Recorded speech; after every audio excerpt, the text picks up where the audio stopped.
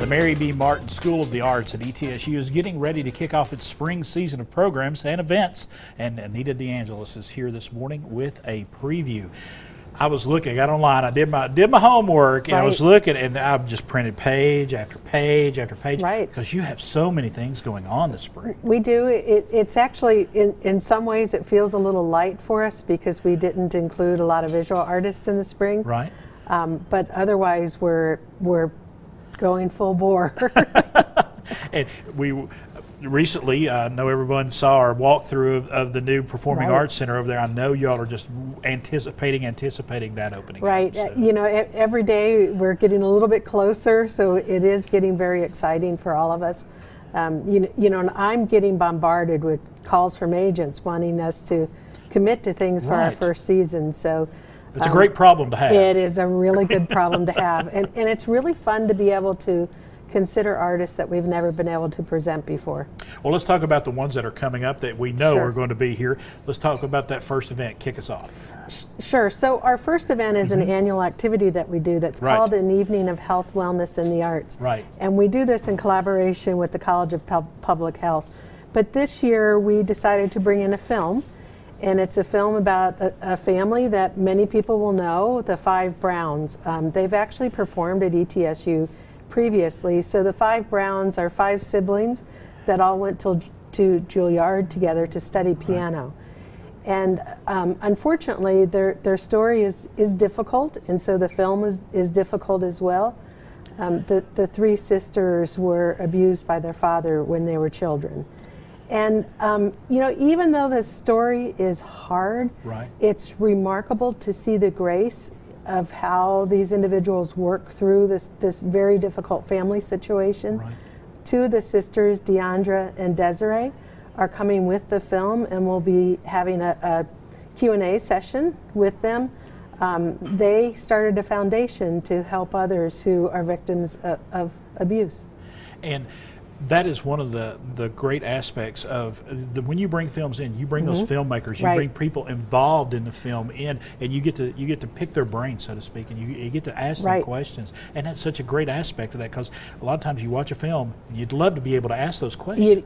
And you don't have the opportunity. But that's the thing that we love so much about film, is that we can address lots of different topics in our community that are relevant for us. All right. And coming up after that, 306 Hollywood. Tell us about that. 306 Hollywood is a film that's on our Southern Circuit Tour of Independent Filmmakers. So we bring the film and the filmmaker to campus.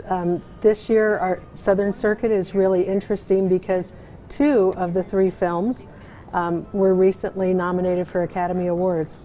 So we're thrilled about that. 306 Hollywood is not one of them. However, it is a great film. It's very playful and interesting. It's about these two people whose grandmother passed away, and they did a documentary film over a year's period after her passing in her home. So it's just it's really hard to describe, but it's delightful visually, and it you know, it really makes you think about how do you honor someone that you cared for so many years. Absolutely. I think a lot of folks around here have gone through that. I mean, you go, and this lady actually lived in her home for 70 years. Yes, and so at 306 Hollywood. At 306 Hollywood, there was this lifetime of things and memories there, and they go and they make a documentary out of going and searching through that. Right. And she was quite a seamstress, so they explore that theme quite a bit. Again, it's really wonderful. The other thing about all of our films in Southern Circuit this year is all the films and/or the filmmakers have been through Sundance. So for independent film, we're really showing some really high quality films. That's a high water mark. It sure is. It really is. And then we have, changing gears just a little bit, Sybarite, I hope I'm saying this right, Sybarite 5? Yes. All right, tell us about that. So they're a quintet, strings musicians. We've been watching their careers for a couple of years now, and you know, it finally worked out that scheduling would work for all of us. But they're classically trained musicians, yet they're playing music that's very contemporary, that references lots of other styles of music. For example, one of their favorite artists is Radiohead. So, you know, classical musicians referencing Radiohead isn't your typical typical But I've seen that. expectation. I've seen that happen before. You know, you take a piece of like really hard rock or rap or something, and you put a classical spin on it. It's beautiful. It can be very, very beautiful. Right. So again, we hope that this is relevant to people in our community and people who have interest in music today. And then coming up after that, Peterson Toscano. Peterson is another person that we're working with in collaboration with the Office of Sustainability at ETSU. And he's an environmental activist, a biblical scholar. He talks a lot on LGBTQ issues. Yes. So he's going to be in residency for several days and then doing a public performance as well. He's quite a storyteller, so his performance that he's doing is a story-based. So he's going to be in the classroom as well. Yeah, he'll be in the classroom and doing some other activities. Like we're hoping to schedule some panel discussions with him that'll be open to the public as well. And then we're taking a look at a small community called Hale County this evening. Right, and that's one of the films that was nominated for an Academy Award. Oh, wow. So this film it is a snapshot of an 11-day period in a small town in Alabama, and it's filmed from sunrise to sunset. That's yes. correct. So it's a nice portrait of community relations and some race relations. Very interesting film. Very interesting. Then you have Christopher Taylor coming in concert. So Christopher Taylor is another pianist. So we've got a little bit going on here with piano. He is a faculty member at the University of Wisconsin-Madison. However, he's also won an Avery Fisher Prize for piano, and he was a third-place winner in the Van Cliburn competition years ago. So he's a well-established musician. Right. Interestingly enough, he has an undergraduate degree from Harvard in math. Really? Yes. So we're hoping to do some Not something you activities see all the time. No. That combination of math and musicianship. No.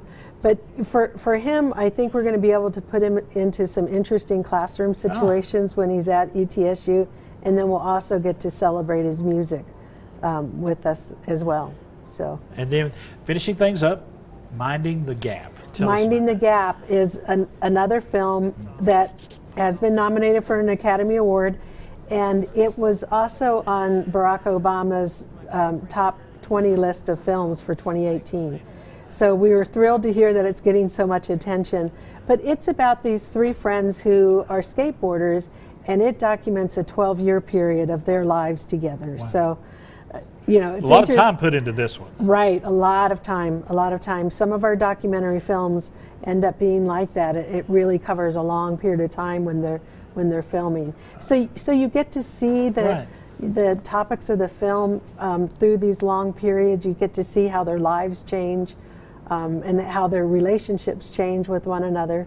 So again, an interesting situation. If you've got good friends, that is a great story to tell, because your friendships develop and they grow, Yes. or sometimes they grow apart. But whatever happens, 12 years is a long time to follow three friends. It is a long time, yes. All right.